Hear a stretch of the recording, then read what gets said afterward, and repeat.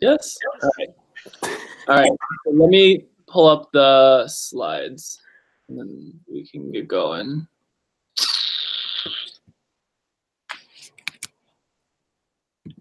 All right. Screen share. Share.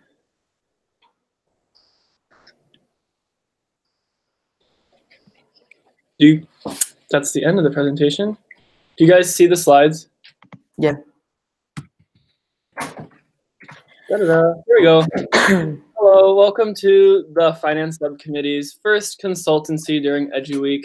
It is great to have you guys here. We're going to open up with a check-in. So I have a check-in question. It's my favorite check-in question. And then just how the first month of your term is going. Who wants to kick it off? I can go. I would say, is a hot dog a sandwich? Sure. I don't know why it wouldn't be. I don't know. How's my first month going? Well, we have licks this weekend, so that's super fun. Yeah, am I prepared for it? Questionable, but we're just gonna see how it goes.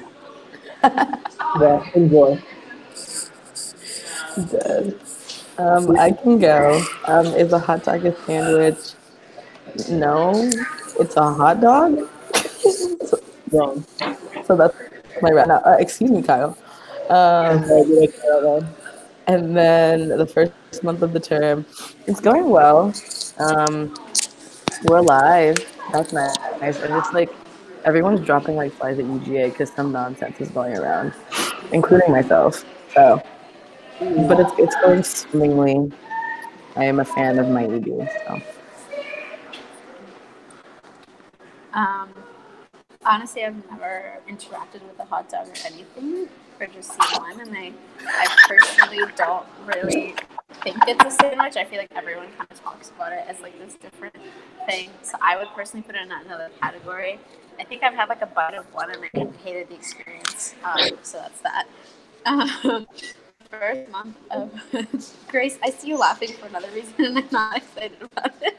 The first month of my term has been really good, but also like every day is just like something new, good or bad. So I'm excited to see where the rest of this year takes me. Awesome. And I'll check in too. I think a hot dog is a sandwich. I stand firmly by that. I ask all my tour groups that come to the university that as well, but I'm usually the only one to think so. So I see you there with this. How is the first month of my term going? It's going well. Learning a lot, always, like you said, Harsha, like something good or bad every day. And so we're just rolling with it. But we can get started now with the consultancy. So here are some of the objectives that we're going to be going over. So I'll be talking about what goes into a successful budget, how to reinforce it, and how to replan it. So everything you need to know about making sure that you have smart financial goals. And then also talking about investments, how to make sure that you're investing well and that you know how to track them throughout the entire process. And so to start off with how to make financial representations of your LC and all the good stuff about budgets, these are some of the things that we'll be addressing. So do you and your VPs and members understand budget minimums, what they mean, how those are important, and then how you can reinforce the overall importance of the budget as a whole to make sure that you guys are staying on track. And so to kick it off, budget importance. So what is a budget? You may or may not know what a budget is. Basically, it's setting goals for all of your operational functions, obviously expressed in values in financial terms, and it has a lot of obviously set deadlines. And so every month you guys will be projecting out what you're expecting in terms of approvals from each of the operational functions that you run. And then you'll also be projecting out expenses, whether it's affiliation fees or investments, R&R, good things like that. And laying it out on a really easy to read tool that projects out for the next 12 months. Why is it important? It's really important to make sure that you have this, obviously, so that you can make sure that your LC is sustainable. You want to make sure that you're heading in a direction that's going to make sure that you end up with a profit and that we'll all be general members at the next WNC. That's all the good stuff. And then it's really important that if you are the VPF responsible in your LC, or if you do have a VPF, that you are reporting to your EB very regularly about your financial situation so that you guys can make sure that you're on track to be sustainable. And so the first thing I'm going to talk about is budget minimums. And so budget minimums are kind of not necessarily a tricky situation, but they're very, very important to make sure that you guys are actually staying on track to be sustainable. And so each of you guys should be aware of what your operational goals are for each function. And I'll use my OGV function as an example. So we have 30 exchanges projected for summer peak. And what's important to do for budget minimums is to set a low number so that you can budget conservatively and ensure that you guys are going to be staying on track. And so to use myself as an example for setting budget minimums for an operational function like OGV, if our goal is 30, you may want to project 15 approvals on your budget for summer peak. So it's a very attainable number. Maybe it shows some growth, maybe it doesn't show a lot of growth, but it's something that you feel confident hitting. But the difference between that number, like 15, and a budget minimum is that a budget minimum is something that you would set a little higher than 15 and you would enforce with your VP. And so to use, again, OGV as an example, if our goal is 30 and I put 15 on the budget, then I would maybe tell Jason, my VP, that his budget minimum is, say, 18 approvals. That way he can strive to hit a number that is higher than the number that I actually have on the budget so that it's even more attainable to hit the very conservative number that I put on that budget. And then also to talk a little bit about expenses, you guys should all be aware of what your affiliation fees are going to be for the next year based on the financial model. And something that's really helpful to also project out other expenses is getting the inputs of your VPs. And so back when I was a VPF, one thing that was really successful for me is every 2 or so months, I would have a one-on-one with all of my fellow VPs. And I would sit down and I would talk to them about what kinds of things they would want to invest in if money was no object. And they would give me all these great ideas. And I would allocate functional budgets based on that to also allow us to hit our financial goals. And so that allows your LC to have a lot of flexibility in terms of the budgets that your operational functions are working with. And it's also good to know so that additional investments won't crop up that you didn't account for, and you guys can make sure that you're staying on track for your budget as much as possible. And so, like I said originally, this is kind of reiterating it, it's important to have that very conservative number on the budget, and then reinforcing a minimum that is slightly higher with your VPs so that they are striving for something that will be even more, or that will make your number on the budget even more attainable. Does that kind of make sense? Yes? Yeah, I forgot you can't see us. Yes, I cannot see anyone or hear anything. It's like I'm talking to myself. Well, we muted ourselves, so like there's no background noise. I appreciate it. Thank you, Grace. Yeah, but yes. Excellent. So that's kind of how budget minimums run. To talk a little bit about budget replanning. So obviously the initial budget should be set at WNC for the full year. And that may sound really scary because you have probably no idea what your winter peak goals are going to be. I have no idea what our winter peak goals are going to be at the moment for our individual functions. But that's the beauty of replanning. You have the flexibility to change up your budget as you see fit. I would recommend that you take a look at your budget and replan it every quarter. If you have the flexibility and the manpower to do it every month, power to you. But at least quarterly is usually a good rule of thumb. So we're replanning our budget at the end of this month or at the end of March would be another good option for you guys as well.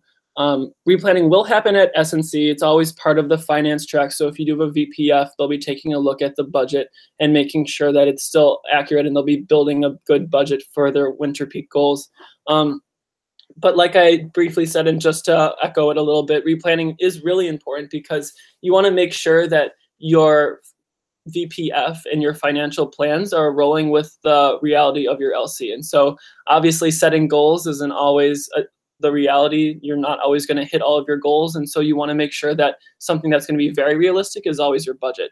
And so adjusting that to what actually seems attainable at any given time is always going to be your best bet. And so I'll talk more about how to go about the replanning process later in the consultancy, but I just wanted to kind of highlight it here in the beginning before we move on. But to talk a little bit about how to reinforce the importance of the budget, this is something that I did as a VPF and I wanted to share with you guys. So updating the EB is obviously the first step. At your EBMs, you should have a space for your VPF to talk a little bit about the financial progress towards the goals that they set on the budget for any given month. And so I have my VPF report out the goal for revenue that she set for the month and where we are in attaining that. You should also update your EB about their functional budgets. And so every time you guys invest in something that comes out of a functional budget, it's important for the VP to know how much money they have left in their budget that they can use for future investments, as well as progress towards those revenue goals for the month. I already mentioned that a little bit. And then educating them is also really important on the financial model and the royalties. It doesn't necessarily click for everyone that we don't get 100% of the sales or the revenue from every approval. So letting your VPs know that we only get 40% of the revenue from any given exchange is really important, because they may not have the knowledge already, and that may kind of throw them off in terms of where they think the LC's financial status is at any given time. Also explaining the affiliation fee to them is really important, so that they understand that even if they're not investing, we do still have these periodic expenses that we do need to handle and combat with exchange revenue. Something that also is really important and I found to be really successful is educating the LC about what finance looks like. And so I would encourage your VPF to try and synergize a little bit with exchange functions. An example of this that I did when I was a VPF is dropping in on functional time for an exchange function to discuss their budget minimums and what that means and what that looks like to stay on track for maintaining our financial sustainability, or having a space to discuss it at LCM if that's more feasible for you.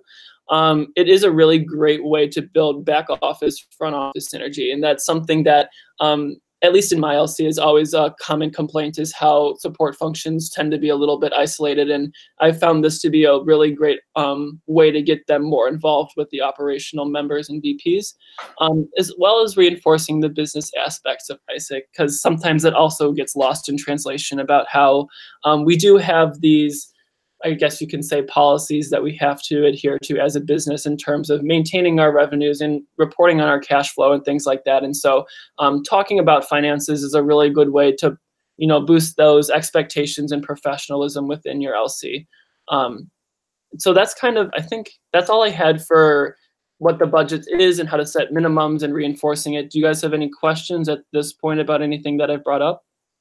Yeah, so when, like you say, educating the LC, like how would you, I guess, go about like downscaling and like presenting relevant information to like our new members? Because like not everything that we do financially is super relevant to them. It may seem like finance is kind of, irrelevant to the member on the individual level, but I think budget minimums is a really good way to do that, because that talks a lot about what they have to do operationally. And so to say, okay, like your guys' goal that you set as a team is 30 exchanges and OGV for the summer peak, but to talk a little bit about what we need to do to make sure that we're financially sustainable is only hitting a threshold of 20 exchanges or whatever it is. That's not to say your goals are not relevant or ambitious or matter, but a minimum that you should strive for and have the understanding that, okay, now we've hit this and now we can move forward towards our goal is 20 is something that I've usually found to be really helpful, especially if you're in debt. If you're in debt, then kind of reinforcing that minimum as the threshold to getting out of debt is a really good motivator. Gotcha. Thank you. You guys have any other questions at this point? Thank you. All right, then I'm going to talk next about how to actually replan your budget a little bit. So financial goal tracking, yay! How do I replan the budget? So your VP Finance has several tools at their disposal. They have Intact, which is always our favorite, which is updated by the MC and their accountants and has a pretty significant delay. And so thankfully we have Wave, and your VPF should also be operating on a budget actuals tool. which is completely handled by them, and they should be updating every single revenue and expense, whether it's coming in per exchange or if you have any additional revenue through merchandise or fundraising or anything like that. Your VPF will be taking into account everything that's coming in and out of the LC finances. And so going into replanning, here are some strategies that I would recommend that you guys take note of. So first, if you're going to replan, say at the end of February, the first thing that you should do is take account of how many leads you have going into the next couple months. And so if you have some opens in ICX, or if you have applicants or acceptances in OGX or upcoming meetings or things like that, those are usually a really good indicator to know if you guys are still on track for hitting your financial goals moving forward. And so having conversations with operational VPs is a really good way to do that. Or talking with the LCP and getting a good reality check in terms of where are we in like trying to hit our goals that we did set for ourselves. Because sometimes I found that operational VPs try to be a little bit too optimistic for the benefit of the VP finance. And so the LCP is usually a really good person to turn to if they need a little bit more guidance for that. And so giving your VP finance a really good sense of where you are in terms of hitting your goals will help them do a really solid replanning in terms of tracking your product incomes. The next thing is anticipating any discount campaigns. There are lots of little caveats in terms of our revenue with our products. And so, for example, one is IXP. Like currently we have our IXP discount going on. And so if you had any approvals that counted towards our IXP campaign, your VP Finance should be aware that those approvals will not be the full amount that a normal approval will have counted for. If you run any local discount campaigns, that's another thing to take into consideration. And another example is IGT pre-matches. And so talking with, like I said, your operational VPs and the LCP to foresee any future discount campaigns is usually going to give your VP Finance a lot of clarity in terms of, am I going to need to expect more approvals from operational VPs to account for the lesser amount of revenue that we're bringing in per exchange in the future? That will be really important, especially moving into the second half of summer peak. To make sure that you guys are going to be actually hitting the revenue goals, and those revenue goals are going to be aligned to the approval goals that you guys have set for yourselves at WNC. And I know that at least in Michigan, we're planning some discount campaigns, and so that's something that I've made my VP Finance aware of, and so she can take into consideration what sorts of expenses and what sorts of revenue we're going to be getting from that. And then the third point I wanted to bring up was checking your product profitability. And so this kind of touches a little bit more on your expenses. And so touching base, again, in those one-on-one conversations is a good way to do that, about how your operational VPs want to invest more in their own operations. And so saying like, would you want more Facebook ads, or would you want to do more marketing stunts or things like that? And what would the potential costs be associated with those? Having running list of all of the potential expenses that the operational VPs want to do in the next couple months is a really good indicator to check and see actually what kind of functional budget you can have for them moving forward. And so it's always, and this shouldn't necessarily be a huge surprise, it's a good rule of thumb to ensure that your projected revenues are going to be greater than your projected expenses for any given function. And so you obviously want to make sure that as a business, we're making money in the products that we're selling. And so that's usually a really good rule of thumb. Make sure that you make money with the products that you're selling, and making sure you're having these conversations about what expenses you want to have is going to avoid any potential surprises moving forward. And so forecasting for the future, you have goals that you did set at WNC, but as you go into replanning periods for your budget, that's not always going to necessarily be the most attainable thing. And so having a really realistic conversation and saying like, do you really think that you're going to be getting 15 approvals in the next month? Or do you think that you're going to get more like 10 or even less than that, is going to give your VP Finance a lot of clarity in terms of what kinds of work they need to be doing moving forward to make sure that you guys are on track for being sustainable. If you're underperforming in the past as well, that's something that the VP Finance is going to be doing during replanning to make sure to adjust for anything that's going on. And if expenses need to be cut, expenses will have to be cut to ensure that you guys will end the terms or the semesters in a profitable point rather than losing money via expenses or from poor forecasting. So that's everything I had on how to replan the budget that you already have existing. Do you guys have questions up to this point about anything that I have brought up? Yes, no. No, or I'm good.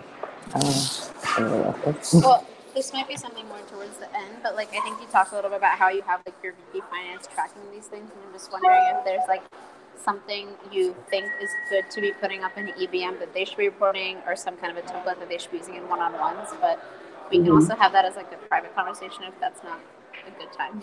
I mean, I can give you guys a little bit of tips right here, and then yeah, Harsha, if you wanted to reach out, I can share with you my template for EBMs for my VP Finance. But something that I do is I have a table that has the my VP report what our current revenue is in terms of all of our operational functions combined, and then what our goal was and a plan versus achieved so far, and then reporting functional budgets and what they currently sit at. We also report the percentage of revenue that is coming from exchange, because to get out of debt, we can do a lot of external fundraising, and so we want to make sure that we're being sustainable in our products. And so I have her report on actually how much we, or what is the percentage of revenue actually coming from exchange, and is that a high number, is it not? Those are just a couple things right now, but if you have additional questions, yeah, I can definitely share you what my slides look like for my EBMs. And then if there's nothing else at this point, I'll move into how to make smart investments and track them in the long term. So preparing. So these are some of the steps you should be aware of when it comes to preparing for an investment. And so the first thing that you should do is obviously identifying the costs. Something that is important to have your VPF do is working with the head of the investment that wants to make the investment and seeing if it actually is the most cost-effective option. Like, can you guys potentially get things donated, or is there maybe another option that's cheaper that will still deliver the same efficiency or results? Sometimes you'll surprise yourself and save money in that way, and obviously that's a good thing. Any additional risks in terms of, and these can be really anything under the sun, but one potential example is this maybe the right thing I want to invest in to attract the right audience? Is this audience really the kind of people that we want to bring into the pipeline? Are they going to convert? And so on and so forth. Identifying the benefits. And so additional revenues is the clear and primary one for this, and that translates to approvals. And so how many approvals do you think that you would get from this investment? If it's not necessarily correlated with an approval, or if it gets very difficult to track it from investment to an approval, you can also track things like, are you getting more exposure? Are you getting more signups at tabling events? Are you getting more meetings or things like that? Or is it time saving? Are you dedicating less time to, for example, tracking materials? And that's something that we recently invested in to save a lot of time in our IGT function and generating an auto tracker and things like that. So some of these things can carry through a lot of benefits that maybe aren't necessarily trackable all the way to approval, but still can count towards a return on investment. And then mapping out a timeline. So when will the costs take place? More often than not, it's going to be an upfront cost for the investment, but sometimes it involves some sort of invoicing, and you'll have to pay later down the line, and making sure that you guys have the funds and cash in hand available to make that payment is important to take into consideration, as well as when will the benefits occur. And so if you're able to track all the way to an approval, then setting a deadline, or we will evaluate this investment at the end of the month or something like that, and seeing how many approvals we get from it usually gives you a little bit of clarity in terms of preparing for the investment itself. But to talk more generally about what an ROI is, because that may not necessarily be the most clear thing, an ROI stands for a return on investment. Why is this important? An ROI is a good measure if your investment is efficient and if it returns a high enough if the return itself is high enough to warrant the investment. And so what that pretty much means is, was this a successful investment? Did we get enough out of it for the money that we put into it? You should be able to evaluate the worth of the investment by the ROI. And so it should be clear enough. It should have enough of a measurable component to it. It's always helpful if you've had something in the past to compare it against. And so if you've done a similar investment or something similar enough that you can take a look at and see if it would actually generate results for you. Obviously, that can only help you in making a decision on the investment itself. But an ROI has two components.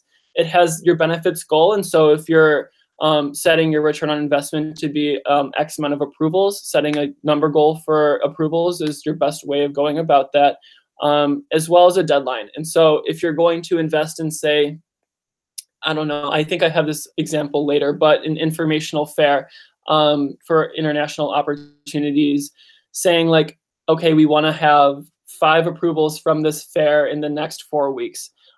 That's a very tangible and specific ROI that your VP Finance can enforce with whoever the head of the investment is.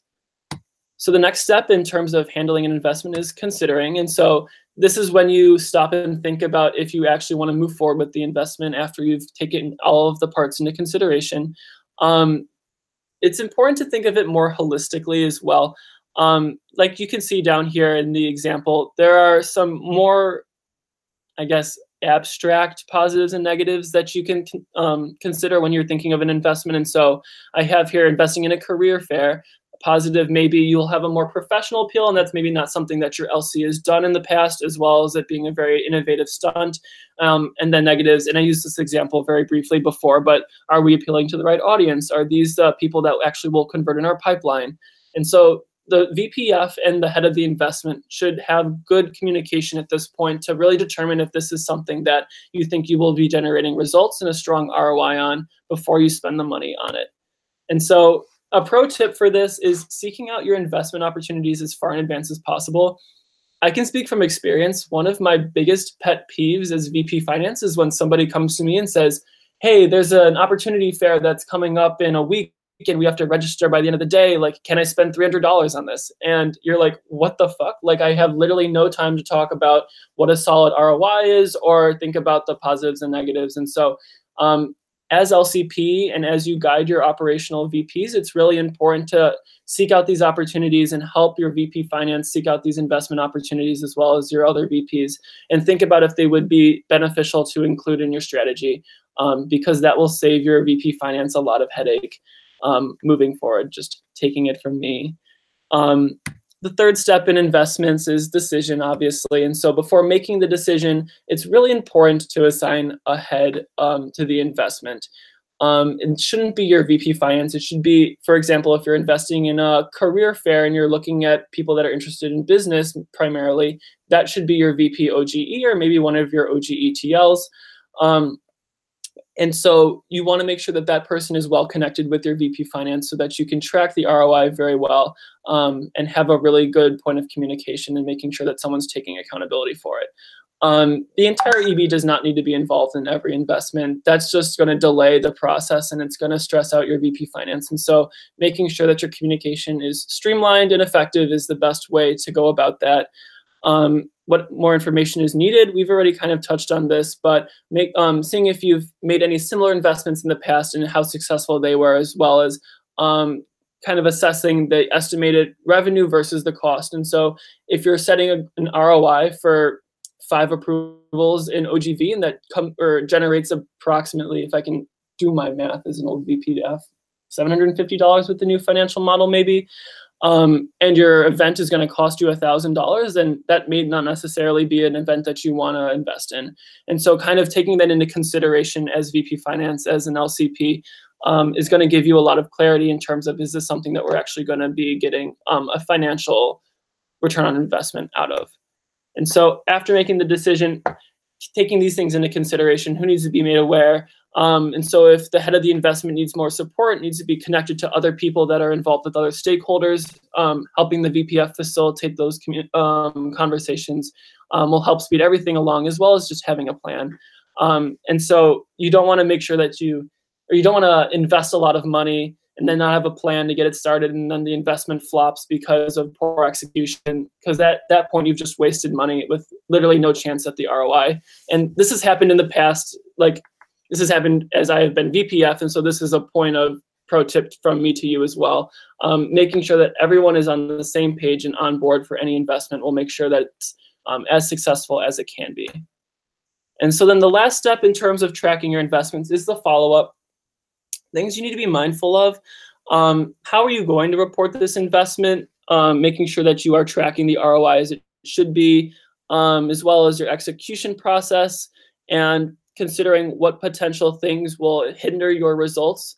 And so when you do set up a follow-up meeting with the head of the investment, between the VPF and the head of the investment, the things you should be discussing are very specifically, did you hit the ROI? And that shouldn't be too difficult to measure if you've set a deadline and you've set a very clear goal for the benefits. And so if it's a month after an event and you wanted 5 approvals, sitting down after a month and saying, did you hit 5 approvals, is really easy to do, and making sure that you're tracking people throughout your pipeline from it. And so making sure that you're asking your EPs, how did you hear about us? Oh, and they'll say, oh, it was from that event that was on this part of campus on this date. And you'll be like, awesome. And then that's something you can tell the head of the investment or the VP finance and saying, like, this investment was successful because people are hearing about us from here. And then when you sit down and discuss the success of the investment, that will give you a lot of information, and it'll be very easy to evaluate it in that way. Was it successful holistically, though? This is more on a case-by-case basis, but for example, we've invested before in marketing stunts, and we've realized that while we've maybe hit the ROI that we've set for ourselves, it wasn't necessarily essential to the operation. And so maybe you can go without that investment in the next case, but you can replicate the stunt in a much more cost-effective way and get the same results. And so that's what I mean by there, is it successful holistically, taking everything into consideration. And then one thing I always did, and I would recommend your VP finances to do as well, is to sit down and really qualitatively evaluate the entire investment. What were things that went well? Like, was it your execution process? Was it the collaboration? And then what things can be improved? And so maybe it's like, we should have more planning time or something along those lines. Will give the next person that invests, or potentially the next VP finance, a lot of information about how to go about making smarter investments in that field in the future. Oh, ooh. And then as an example, I think I may have touched on parts of this already, but to give you a really clear example, say you want to invest in a campus event that costs you $150, and you sit down and you have a conversation between the VP finance and the head of the operation, say it's your VP OGV, and you say that you want to track your opens that will get you 5 approvals. And so at the event, your goal is to get 30 opens, or within 30 opens within a week or so, and then 5 approvals within 2 weeks. Say that's the goal that you set for yourself. Your VP finance will then sit down after 2 weeks and talk to the head of the investment. Did you hit 30 opens within your time frame? Did you hit 5 approvals within your time frame? And then evaluating the success of the investment holistically with the head of the investment will basically wrap up the entire process of tracking the investment in the future, and then recording it in a way that the next person that wants to find it can look at it. I have a very solid ROI tracker that I created when I was a VP finance, and my successor uses it as well. So if you guys are interested in receiving that tool, I can definitely share it with you as well. It basically has all of these components that I talked about in it, and a few examples if you wanted to see kind of the notes that I had made on them. But that's really all I had in terms of everything for the consultation. I can open it up to Q&A if you have questions about anything we talked about, or if it's just financy related questions, I can definitely try and answer them. But that's all I have from my end.